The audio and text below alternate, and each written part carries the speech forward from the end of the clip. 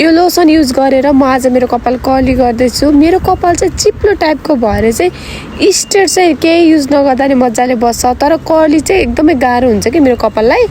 यो lotion use गरिसकेपछि चाहिँ यतिको बसेको छ। अनि यसलाई चाहिँ अझै लामो समयसम्म राख्नको लागि चाहिँ मैले यो केप स्प्रे चाहिँ युज गर्छु। यो चाहिँ जापानमा एकदमै धेरै चलेको छ क्या। जापानमा हुने यो चाहिँ धेरैले युज पनि गर्नुभएको छ होला। यो चाहिँ जापानको ड्रग स्टोर जहाँ पनि सजिलै पाउन सकिन्छ। खासमा आज दाइसेले चाहिँ हामी दुईजना मात्रै डेटिङ जाने भनेर प्लान बनाएको रहेछ। मलाई थाहा पनि थिएन, मलाई त आज भक्क थाहा हुँदैछ। अनि म चाहिँ आफ्नै स्टाइलको मेकअप गर्दैछु।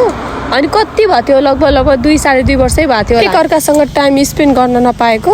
बाबु नानीलाई चाहिँ उसको घरमा छोडेर जानु पर्यो भनेको बाबु चाहिँ पछि लाएर आयो। अनि हामी चाहिँ जान खोजेको सिगातिर हो। अनि हाम्रो चाहिँ प्लान क्यान्सल भएर चाहिँ हामी नजिकैको पार्कतिर लाग्यौँ। यहाँको चुसा जो चाहिँ एकदमै धेरै प्याक रहेछ। अनि हामी चाहिँ पहिला गएर खेल्दै गऱ्यौँ। अनि पापा चाहिँ एकछिन पछि आउने प्लान भयो।